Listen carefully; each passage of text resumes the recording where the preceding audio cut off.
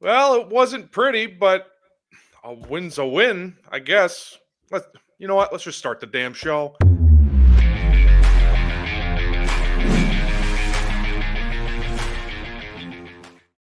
Welcome into another edition of the Setup Man podcast. I am Alex with a full bullpen tonight. You got the middle relievers, Alex and Ty, with you, as well as the Setup Man, Kyle Stanley, joining us for a very special edition of the Setup Man podcast, coming off a series win against the Pittsburgh Pirates that you could make a pretty solid argument could have been a series sweep for Pittsburgh if things had broke their way. But we'll get into that. We'll get into some Craig Counsell thoughts. That's our main story tonight. And we'll also talk about the dreaded upcoming Brewers series. But before we get into all that, make sure you do us a favor, hit that like and subscribe button on YouTube and hit that little bell so anytime we do anything, you are alerted first. And audio only, you're missing out, but that's okay. Just do us a favor then, hit that subscribe button on Apple, Spotify, wherever you get your podcast, and leave us a 5-star review. And before I forget, Setup Man Hangout. That's right. You guys want a chance to hang out and meet us? You have that opportunity. Friday, September 5th, Cubs are taking on the Nationals. We are going to the game. We'll be in the bleachers. Come around, say hi, and then afterwards we'll be hanging out in Gallagher Way. Maybe some bar hopping. You'll get to see Ty's crazy face as he's making them. You thought you were slick last episode. I saw you. And then Saturday, September 6th, in left field, doing a little crossover with Cody Del Mendo. He started up his own podcast network, so he'll be in the bleachers with us. It's going to be a good time. Cheers to all you boys. All right, let's just get to it. I don't know how to feel about this. I'm hoping you guys can. This is a therapy episode, really. Cubs win the series. They take 2 out of 3 against Pittsburgh. Pittsburgh on the road. This is what's really discouraging. They have 52 wins in the season. Only 18 are on the road. And you barely beat them 2 out of 3. Cubs lose game 1, 3-2.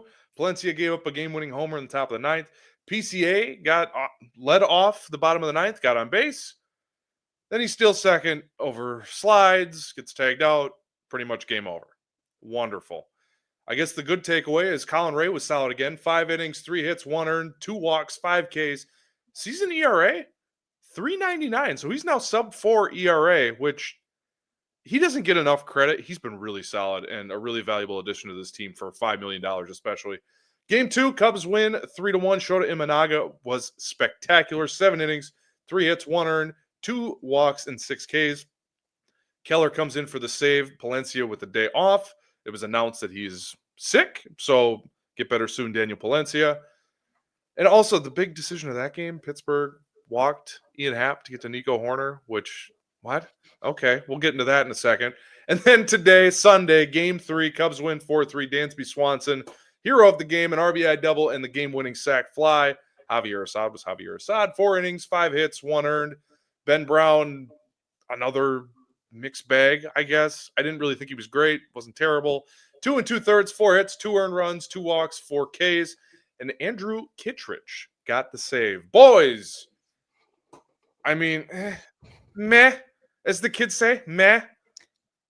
I mean, okay, because it feels like this is going to be one of those shows that we're going to be like, all right, we won a series, but it kind of feels like the Baltimore series win. Like, do you really feel good about that? So let's like start off with some good vibes. Let's put some let's manifest some positivity. All right, fine. PCA was great this weekend.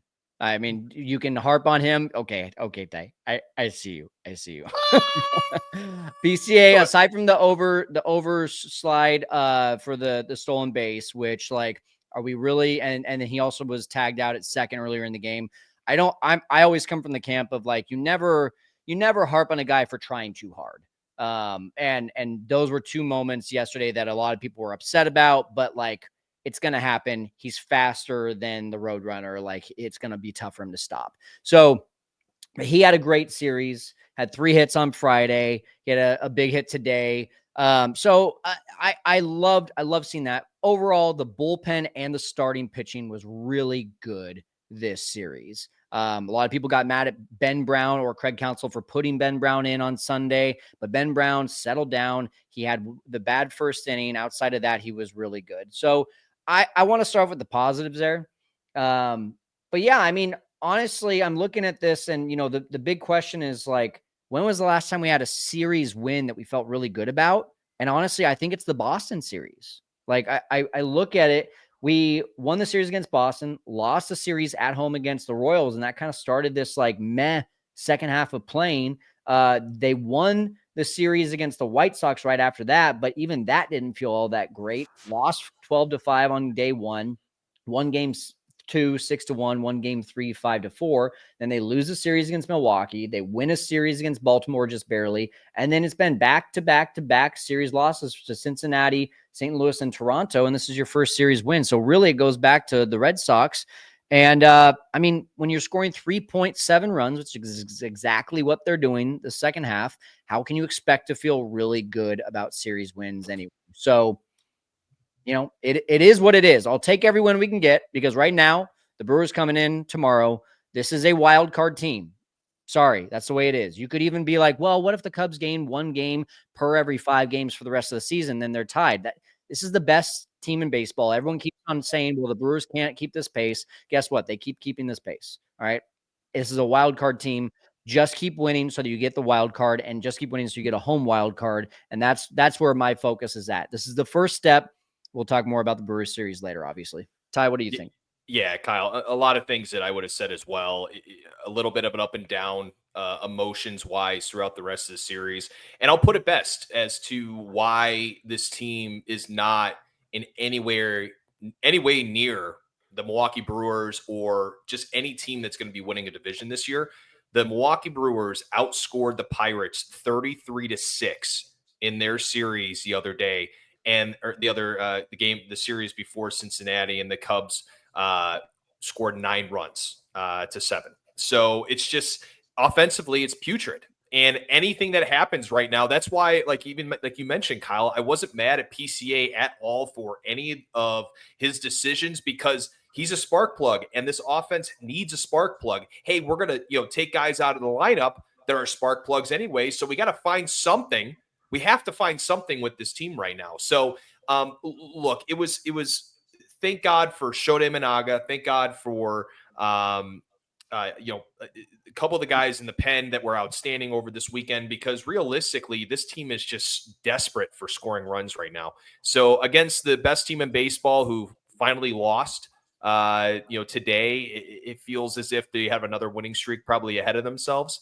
So look, at the end of the day, the Cubs got to figure out a way to, have a couple great games here coming up in this series, because boys, it was a chore watching this team this weekend, and it has been as of late. Well, and shout out to Dansby. Also, I forgot to say that on his bobblehead day, 2 RBIs, right? Good game from him. Gets the game-winning RBI. So, yeah, but right there with you, Ty. Go for it, Alex. Sorry, I needed to throw that in there. No, I really, especially since Alex loves Dansby. I have to make sure to loves Dansby. That's my guy. And you know what's funny is, Kyle, you weren't on the episode last week, but I got a lot of Dansby hate. This guy can't hit in clutch situations.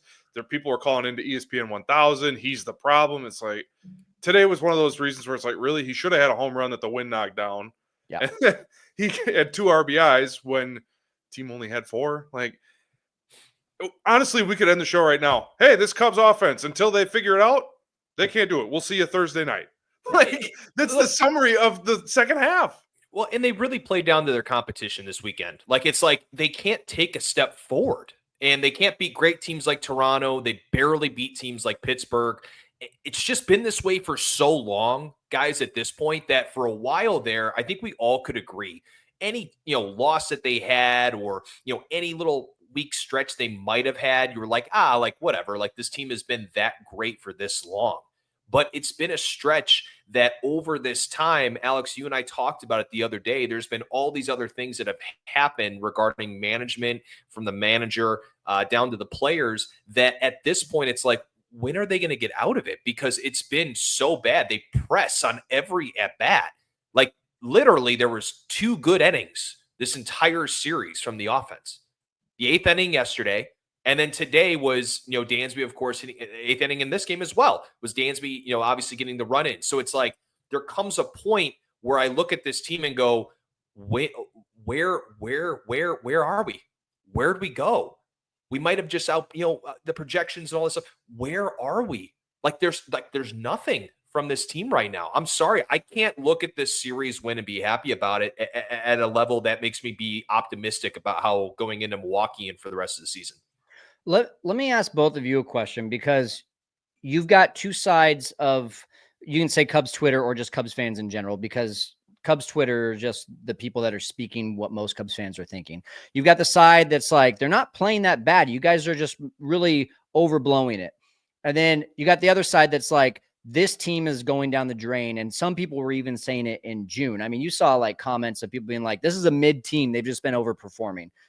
When you listen to what I'm about to share with you, since that loss to the Brewers on June 17th to put the Cubs now just 5.5 games in front of the Brewers, that there's been 50 games and the Cubs are exactly 25-25 in those 50 games. And they have averaged 4.5 runs per game.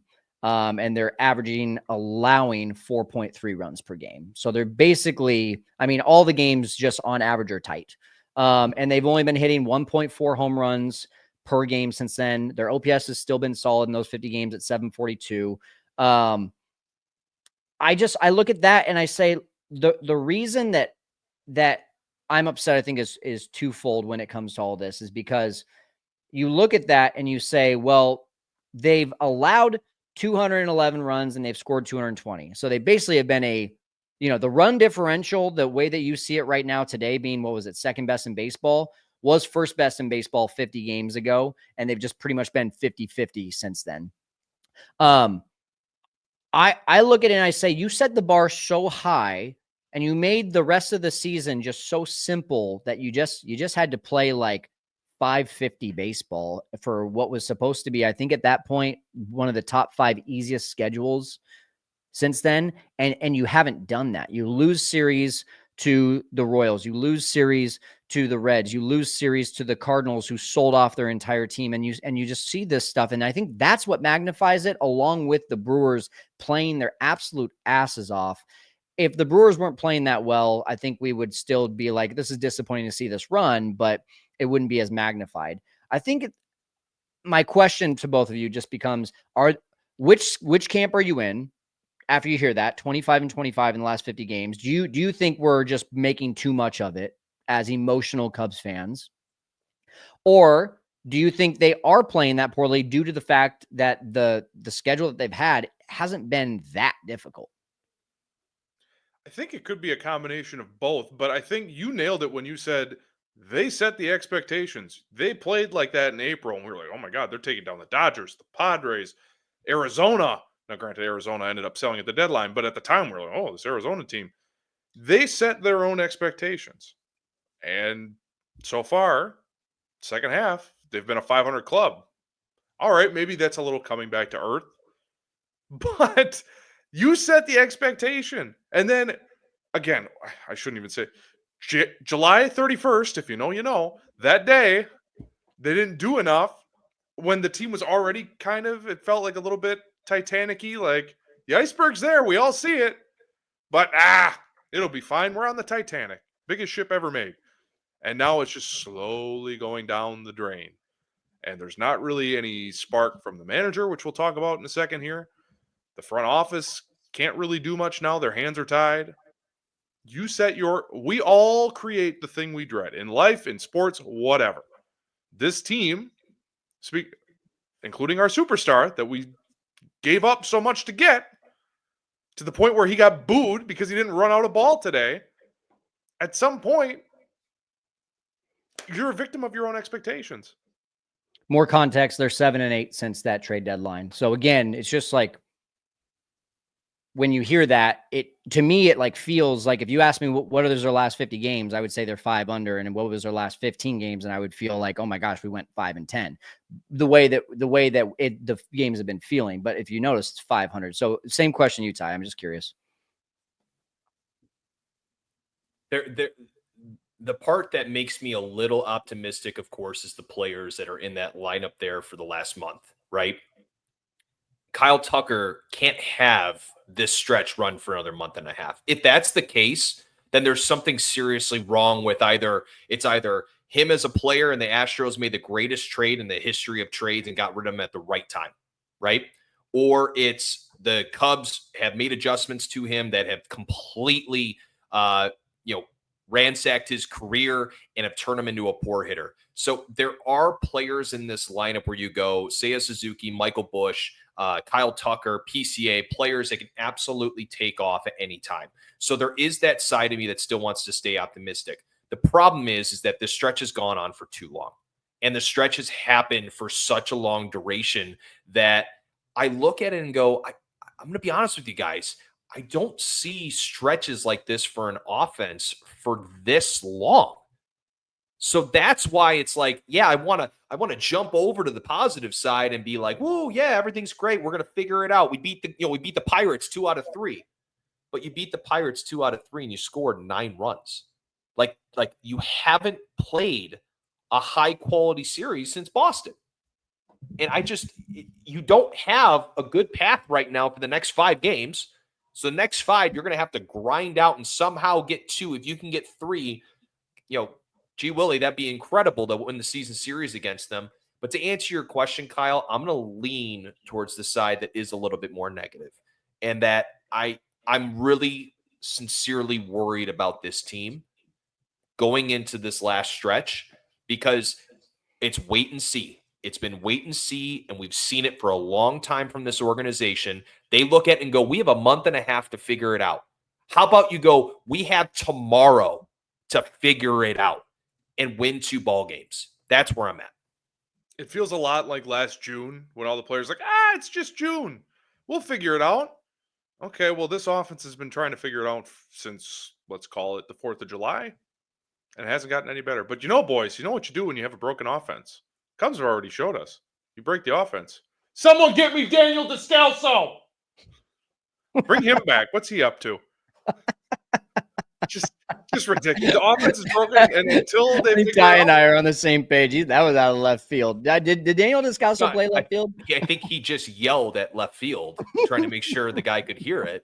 Well, my door to the outside world is right there, so I was just shouting out the door, someone bring me Descalso. That man just got named in 2025. We have some serious issues with this organization. Oh, that's deep Cubs Twitter cut right there. I'm still starting.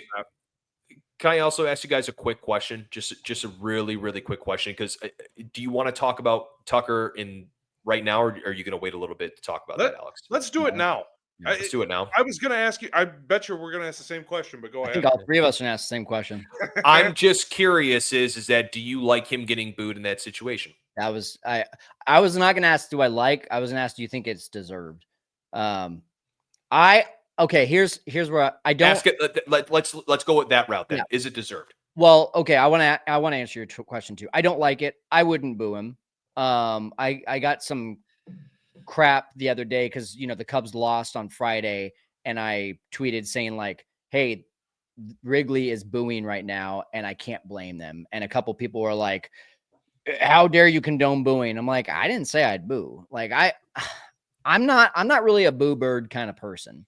So no, I don't like it, especially when like all of Cubs Twitter, and I was there supporting it too. Apparently at Wrigley, we were going to cheer on August 15th and give him the Trey Turner, experience. If you gave this undeserved cheering and then he still flopped this weekend, ask me that question again. But we didn't follow through as a fan base to what we were trying to do, at least what one person was trying to do.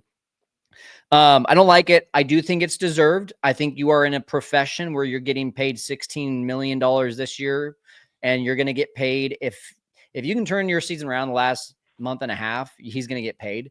And that's, Juan Soto got booed earlier this year, and he's having arguably one of his better seasons now.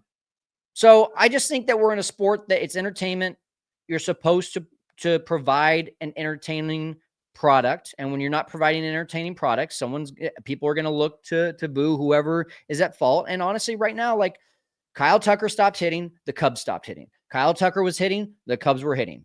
It's pretty simple. And so for that reason, that was one of the questions that we asked before the season was, this guy has always had Yordan Alvarez and Alex Bregman and all these guys around him. Was he just good because he was a supporting cast member, or is he going to be good as the star? And I think we're seeing the answer to that, unless he's injured. Where, I still think you guys have talked about too. I think we're going to find out that he's been dealing with something. But my answer is, I think he deserves it. I just wouldn't be the one delivering it myself. What about you, Alex? Same thing. And to your point, Kyle, I do believe he's more Batman than Robin, just because we saw it. April, May, June, he was electric. Yeah. He was carrying the team, and then everyone fed off of that around him. The only issue, I'm not a boo person myself, even when I go to football games at beautiful historic Lambeau Field, and they're like, and here come the whoever, and they boo. It drives me insane. Like, who cares? But I will say, I didn't love that it was a ground ball to first, routine. He didn't get out of the box.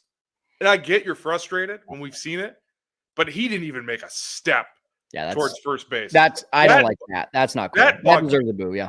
Yeah. I'm not going to be the boo guy, but even watching with my family today, I'm like, oh, Jesus, he didn't even run.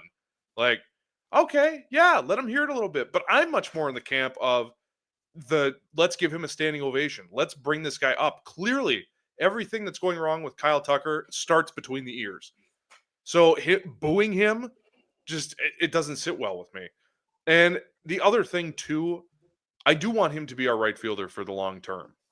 So in his inaugural season, it's gotten to the point where the fans are already kind of out.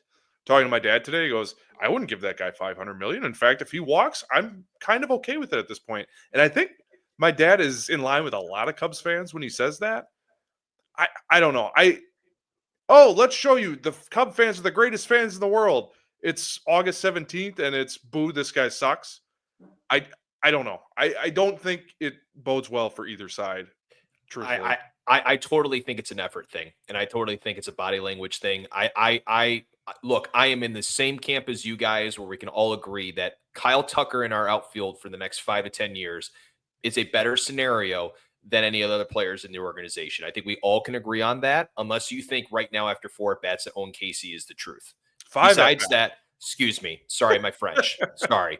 But look, it's the thing is that his body language, I'll be the one to say it. I think the body language and the way he just looks like he's absolutely down and pissed off all the time. I get it. It's very frustrating to be in the amount of stress that he must have as a player.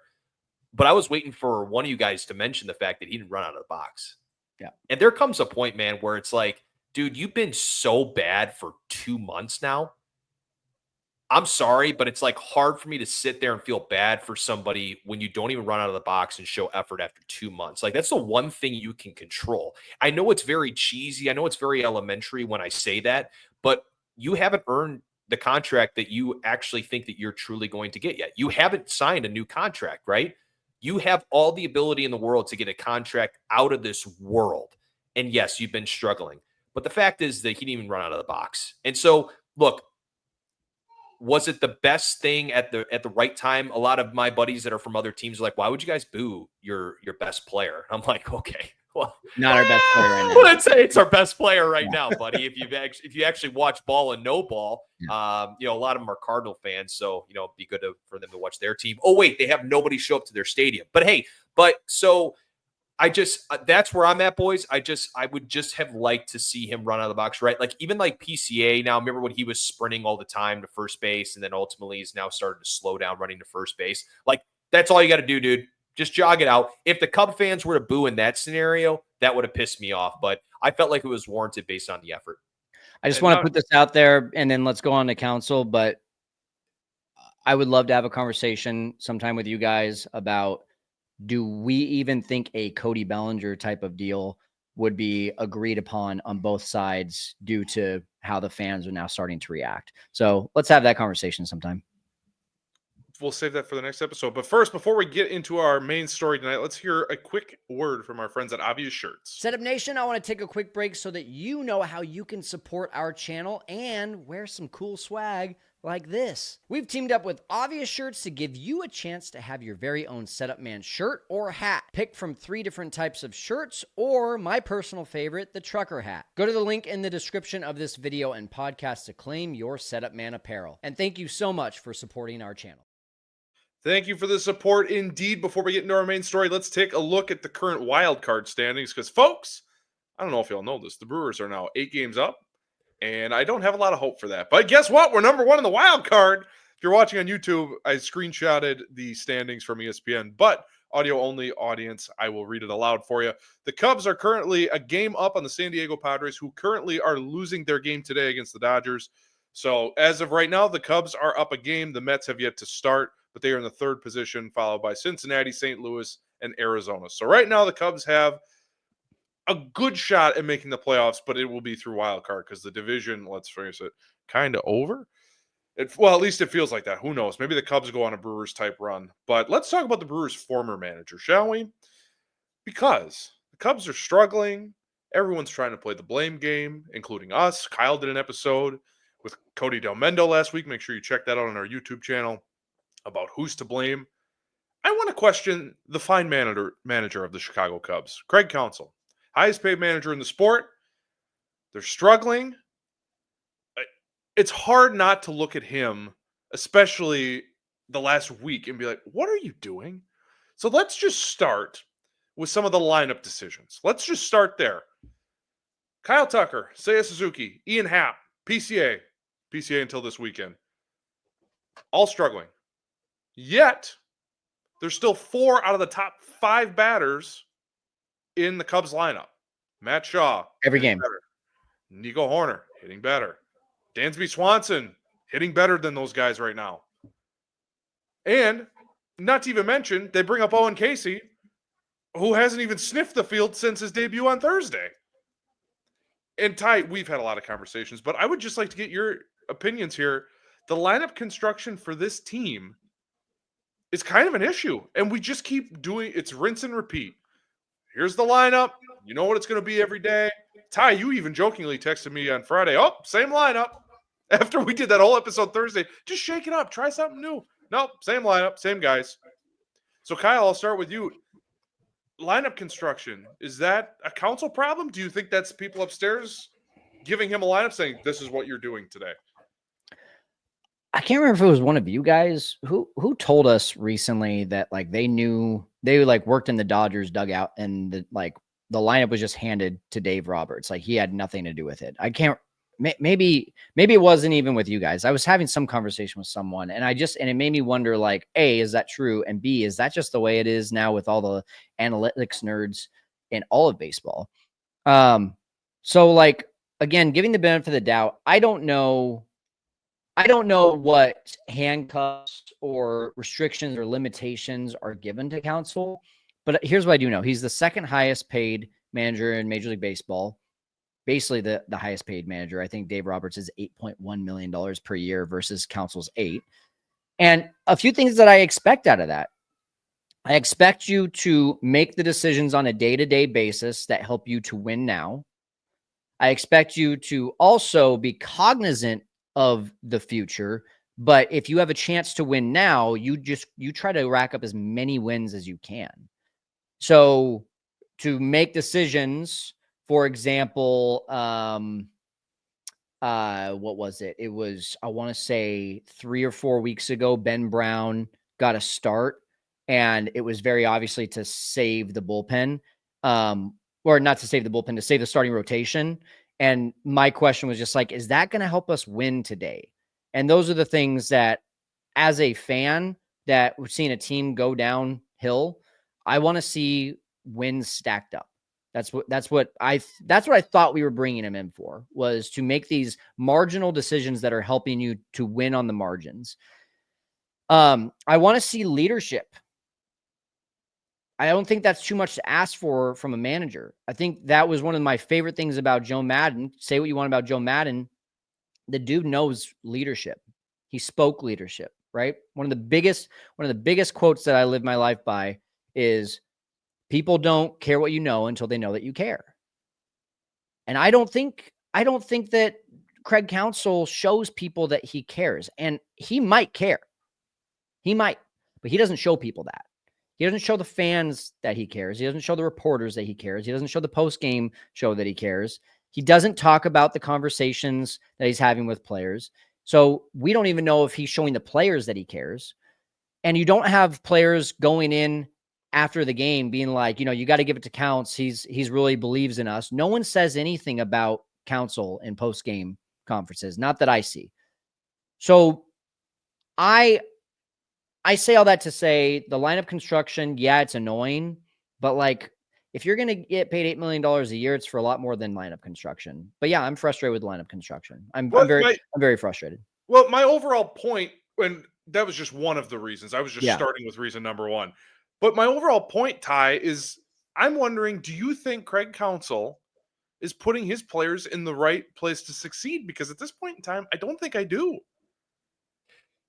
Did you guys hear what Ian Happ said after the game today? I didn't.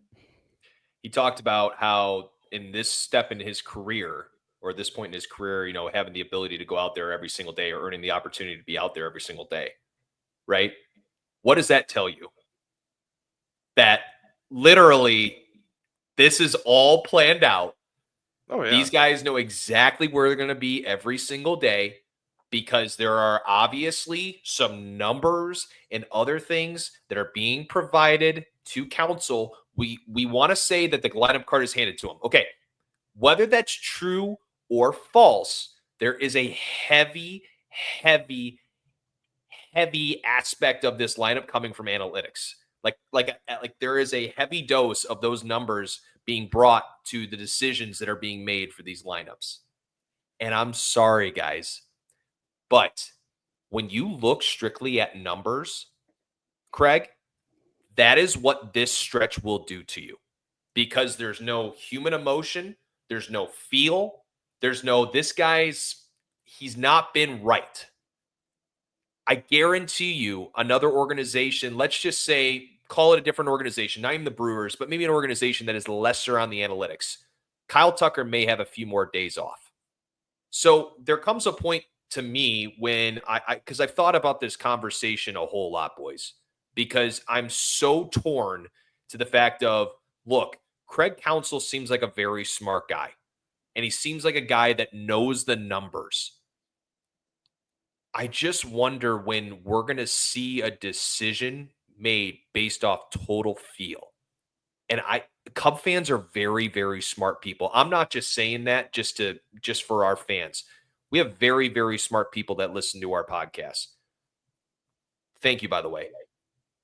But the fact is that there is not this where I feel almost like if you do well, you'd earn the opportunity type of thing. It just feels like, hey, this is what I have. This is what the numbers show. And we're going to stick with our guys. Like that's what David Ross did throughout his entire tenure, was stick with his guys. So I'm just so torn on this argument, guys, because I really, really, really felt good about when Craig Counsell came in because I felt like we were going to get something of a little bit more of that feel plus the numbers. And we've gotten total decisions made off of analytics. And that's what pisses me off the most is that people maybe that haven't played the game are making decisions that Craig Counsell played the game of baseball. Like, let the guy make some decisions that he's able to look in his dugout and go, that's the right guy to play today.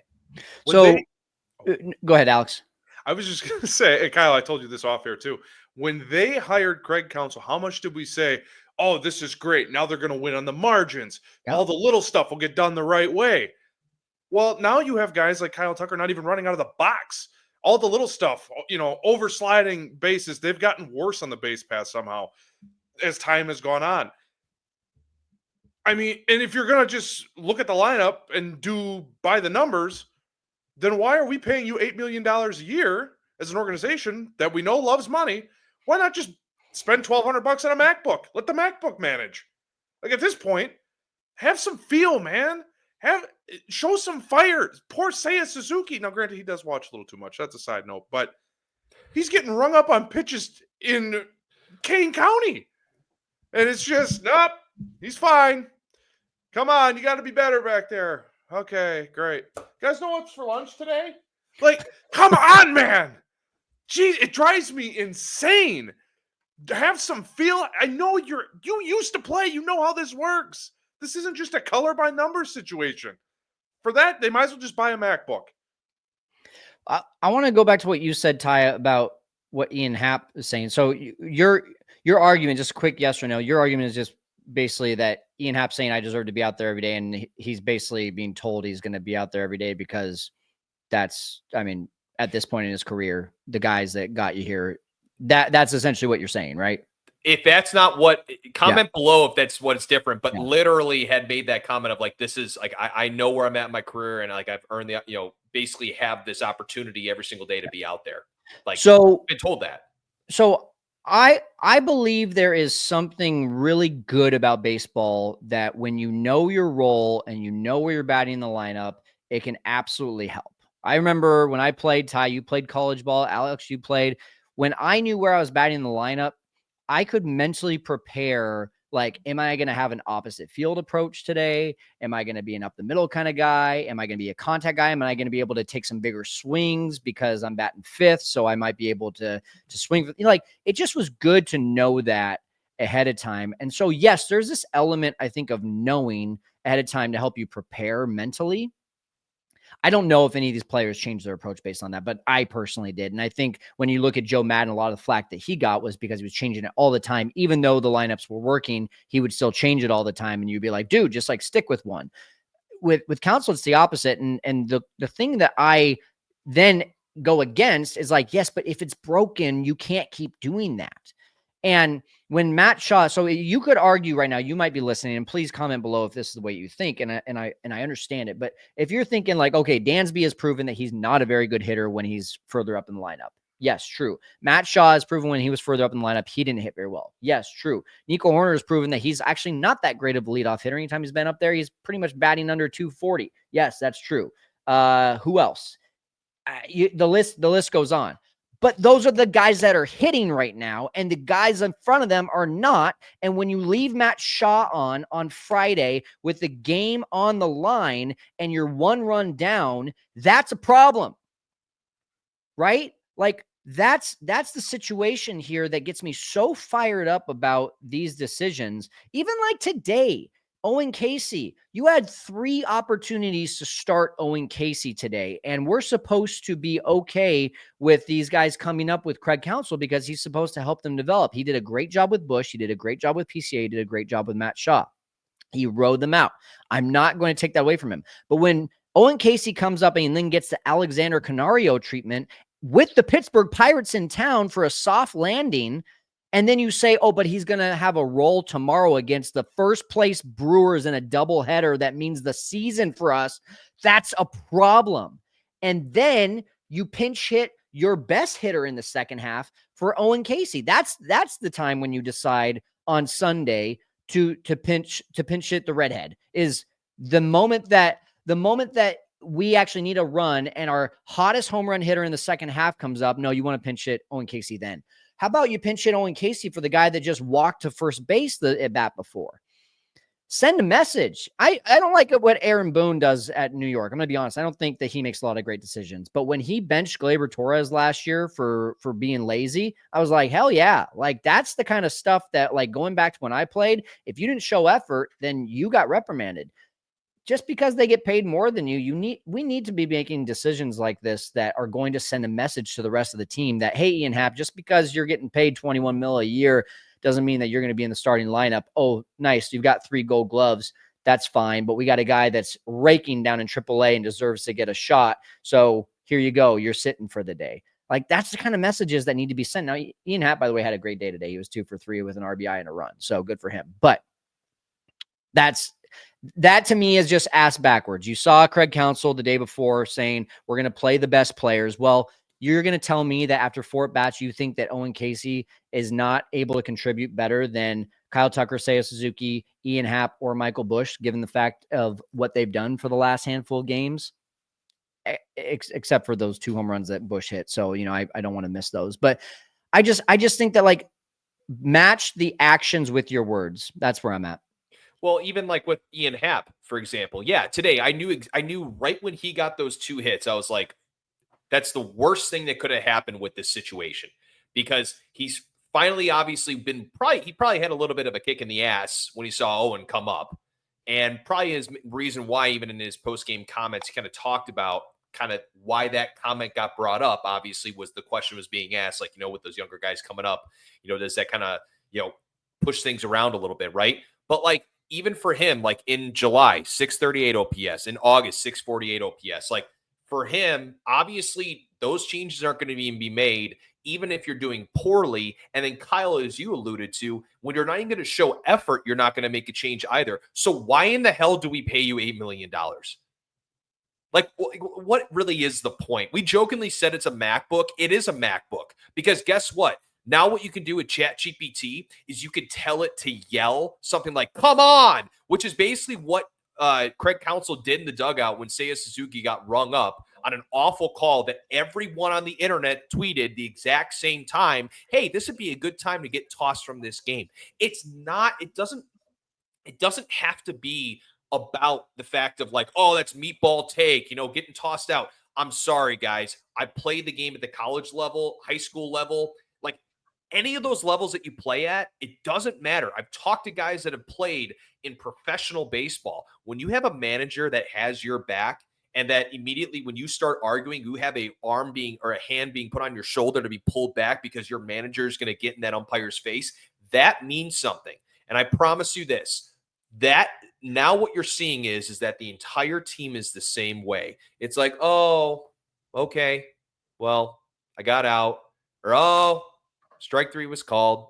It is what it is. You see that, right? We all do. It's the case of this team, and it's coming from the manager. And if we can just see a little something, like, you're not going to change the lineup, obviously, because it's being handed to you, if we want to say it that way, then do something. Like, just please do something. It's really frustrating, guys. Do you want to hear something? Oh boy. I bet you're going to like this better than anything you've seen in the last handful of games, 20 games, whatever. I just asked ChatGPT, since you brought it up. I said, ChatGPT, if you were the Cubs manager, what would be the best lineup tomorrow that you would put out there against the Brewers based on the performance in the last 30 games? You like that game? You like that question? Yeah. Lean in, boys. Lean in. Leading off, Nico Horner. Batting second, Pete Crow Armstrong. Batting third, Michael Busch. Batting fourth, Matt Shaw. Batting fifth, Kyle Tucker. I can handle that. I can handle Kyle Tucker at the 5th spot. Batting sixth, Seiya Suzuki. Batting seventh, Ian Happ. Batting 8th, Carson Kelly. Batting 9th, Dansby Swanson. That's called mixing it up. I didn't even need a MacBook for that. All I needed was a $20 a month iPhone that I've got on a payment plan for the next 3 years. And I like that lineup better than anything I've seen recently. So who's going to invent Craig GPT first? I think I just did. That was good. That was good. Well, no, I was going to make that joke, but then Chat GPT, I didn't even say it right, did it better, because at least it's trying something new. That's my biggest problem with this whole thing is it's broken. It's not working. Well, let's just keep running it out there. Remind me, what's the definition of insanity? And we just ho-hum. Watching this team. Yeah. Trust me, I had a wedding. I can't wait for tomorrow. Oh, tomorrow's going to be a bloodbath. You want to talk, put the kids to bed. It's a doubleheader, 1:20 and 7 o'clock. Put the kids to bed at 1:20. I'm hoping for 2 or 3. You know what? 2 or 3. Let's get into it now. Can I say something really quick, Alex? Yeah. Maybe it's because I got a Burma in me, but it's the thing of it is we've got now 43 minutes into this show, and if anyone was watching this, you would think we just lost a series to the Pirates. So right, we're being pretty negative, but I got to tell you, like, if we didn't do this and we came in here and we said, finally, we got a series win, and finally the team had some clutch hitting, and finally Ian Happ had a good game, and finally, I don't know. First of all, that's not the truth of how I feel. So I always think, be genuine to what you feel. I think all 3 of us came onto this and we said, this is how we feel. Like, sorry if you guys don't agree with this. Comment below if you don't agree with this. If you even want to unsubscribe, by all means, like, it's your life, it's your choice. But like, right now we're going to call it the way that we see it. And that's what I think makes our show different, is that no matter if it's negative, no matter if it's positive, it's how we feel. It's how we believe is supposed to be shared on the show, is whatever the reality of the situation is. The Cubs should go 7-0 next week and our tune would completely change. And that's because that's what sports is. Like, fan is short for fanatic. We're crazy. And we just happen to have a mic and get to talk about what we think. So, but you guys are allowed to disagree with us. But I just think that needs to be at the forefront, is that we are not going to come in here and blow rainbows, butterflies, and unicorns up your butthole. It's just not what we're going to do. I don't know what kind of stuff you're into, Kyle, but all right then. Like and subscribe. He told you to unsubscribe. Don't do that. Subscribe. All right, let's get to it. Cubs Brewers starts tomorrow with a doubleheader starting at 1:20. Game 1, Cade Horton versus Freddie Peralta. Peralta 14-5 on the season with a 2.90 ERA, going up against Cade Horton. You can't spell Cade without A-C-E. Ace. He's 7-3 on the season, 3.07 ERA. That is game 1 at 1:20. Game ACE. You can't spell it without it. You get it. Ty gets it. Game 2, TBD versus TBD. There are whispers on the internet. Whispers that Jamison Tyone might be coming back for game 2 of the doubleheader. So keep an eye out for that. Brewers yet to announce. Game 3, Tuesday, Brandon Woodruff versus TBD. The Cubs have not really... Well, let me check while we're doing this. No, the Cubs have not come out and gave their projected starters yet. So TBD for the rest of the series for the Cubs, but it'll be Brandon Woodruff in game 2. Woodruff's been pretty good since coming back from injury. 4-0, 2.06 ERA. Game 4, Jacob Mizorowski, the Miz, 4-1 on the season, 3.89 ERA. Last start, though, roughed up a little bit. He only went 1 1/3, 5 earned, 4 hits, 3 walks against Cincinnati. So, and if you recall, the Cubs really worked his pitch count. He settled in eventually, but again, this Cubs offense. But you can't spell Mizorowski without All-Star. Oh, wait. No, you can. Yeah, you can. Game 5, Quinn Priester will take the hill for the Brewers. Priester having a sensational year, 11-2, 3.48 ERA. The Cubs, again, have not yet announced their starters outside of Cade Horton in game 1 tomorrow at 1:20. I mean, what do you guys want out of this series? I'm just hoping that everyone survives. We have a good time. And, just high five, good sportsmanship out there. I think this is going to be a bloodbath. I think if we get 1, I'll be happy. I think this is going to be truthfully, I am so down on this team. I think it's going to be an absolute bloodbath. We are literally getting their best punches. Peralta, Woodruff, Miz, Priester. We don't know who's game 2 tomorrow. Oh my gosh, this is going to be a bloodbath. I'm going to close my eyes and watch through my fingers because it's going to be nightmarish, I think. You first, Ty. I don't blame anybody for saying that they hope to get 1 win, 2 wins, 3 wins, whatever you want to say, whatever you want to think. Look, they just lost their first time since 1976. So they're going to be pissed off and wanting to win again.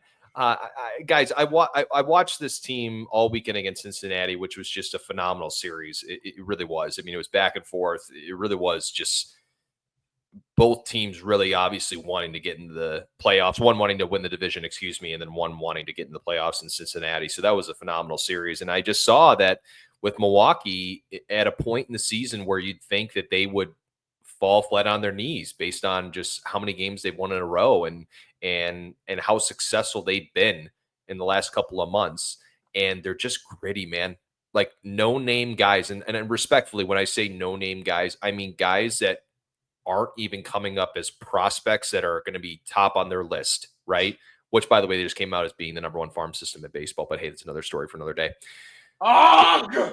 It's not pretty, guys. And so what I can tell, and this is why this series scares me so much, is that the guys they're bringing in, you can tell are coming in with a chip on their shoulder, like they need to prove something. And right now, we don't give opportunities to guys like that.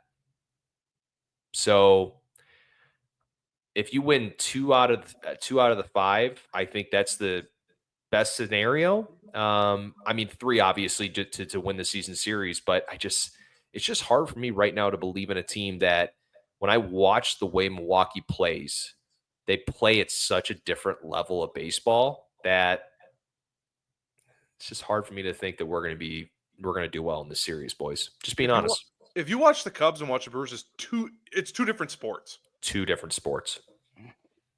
The only thing that gives me hope, honestly, is You have well, 2 things. You know, I do believe in this whole like, oh, they're due. I do believe in that. I believe that when you meet a hot team, what was it like back in, was it 22 or 21 during the tough stretch the Cubs were going through? The Braves had just won like 12 in a row, and the Cubs either swept them or won the series, and the Braves were the best team in baseball, and the Cubs were one of the worst. I do believe in meeting a team when they're quote unquote due for a bad stretch. Also, Brewers are still good on the road. I think they're looking at this. They are the best team on the road. Yep, by record. But 36-25, that's a lot more manageable. Cubs are 38-23 at home. So do I think we could win 3 out of 5? I do think we can. Do I think we will? Can I say we win 2.5? Sure. Here's what I think is going to happen. I think the Cubs are going to win 2 close games. I think the Brewers are going to demolish us in 2 games. And then I think there's going to be a third game that like kind of goes one way or the other. And is probably, when I say the Cubs win 2 close games, within like 2 to 3 runs. And then that last game could go like, it could be a nail biter. I think that's how it's going to go. But either way, you're going to walk away being like, yeah, the Brewers are a better team. Like if the Cubs win 3 games, the 2 that they lost, I think they're getting obliterated. Like that's kind of where I'm at. Yeah,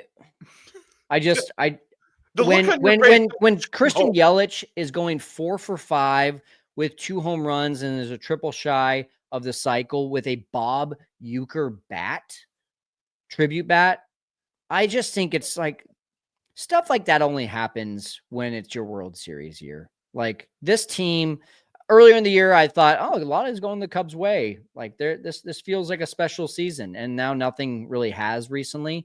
When you think back to the 2016 team, outside of that 5-15 stretch that they had, everything was going their way. It just felt like, wow, this is special. When the Red Sox won the World Series for the first time in 86 years, there were times when you're just like, whoa, that only happens in a World Series year. Nothing comes to mind, but I remember a couple stories. I think there was a Manny Ramirez story in there of just like, whoa, that's creepy. I just don't. I think the Brewers are just having that kind of season, and it's not against the Cubs. The Cubs are not having a good stretch, but they could be having a good stretch, and I'd still be like, wow, this is going to be rough. Remember, Ty, in about June-ish, we were like, oh, this Cubs team has the magic dust. And I'm talking June of this year. We had several shows where it's like, oh, this Cubs team's got the magic dust. Well, the Brewers have kidnapped Tinkerbell, have stolen that magic dust, and are now performing at a rate that is historic. And I know Kyle said he wasn't going to do sunshine pumping, and then said, oh, we can maybe get 3. I was like, wait, what? Are we watching the same sport, the same team? I would love, if they win 3 out of 5, I will do something on this show that is obnoxious and ridiculous, because if that happens, we're back, baby. I just don't see it. This team. Can we just put that out there then? I mean, okay, if they don't win 3 out of 5, I'll do something ridiculous. If they do win 3 out of 5, both of you have to do something ridiculous. What did I have to do with this? I don't know. Just drop my name. I saw your face. I'm the one talking about the fact that Milwaukee put up 30, about 3. What would that be? That would be almost 5 touchdowns on the Pittsburgh Pirates, and the Cubs basically were the Bears and had 3 field goals. So I am not positive at all about this series. So I will not be doing anything ridiculous because it's ridiculous watching this team right now. But go ahead. No, I don't.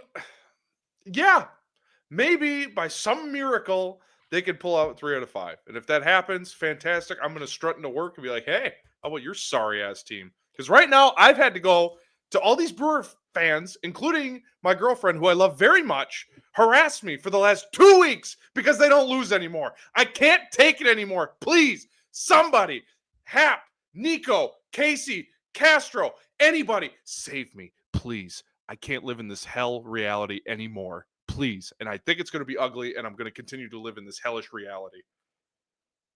And I'm done. I'm sorry. Your Honor, am I held Great in show, contempt of guys. court?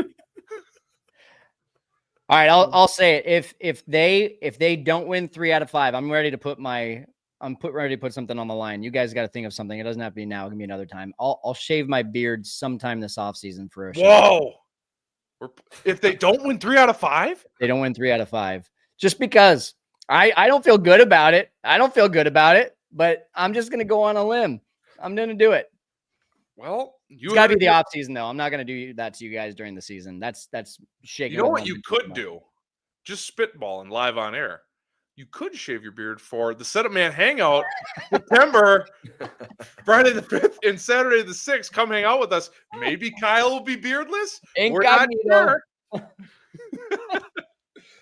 Although it would be jarring if the first time seeing you in person you were beardless. Yeah, people would be like, "We looked for you, we didn't find you."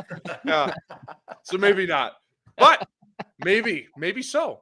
So come check us out in the left field bleachers, September 5th, September 6th. Cubs Nationals should be a fun time to come hang out with us. But I think that's a good stopping point for today because I'm about to lose my mind and go into a deep depression filled with alcohol. So before we get to that point, adios. Make sure on your way out the door, hit that like and subscribe button for us and that little bell. So anytime that we put anything, any little nugget of content on the internet, you will be the first to know. Audio only listeners, please do us a favor, hit that subscribe button and the 5-star review as well. Boys, this was fun. It was a little more negative than I was hoping, but well-deserved negative, I would say. Cubs win a series, but it sure as hell didn't feel like that. So as the boys are holding their elbows, we should probably go ice up. So we will be back after the Brewers series Thursday, Ty and myself. And maybe we get to break some news that Kyle has shaved. We'll find out together Thursday night. Anyway, we'll see you then. We're going to go ice up. We'll see you Thursday night.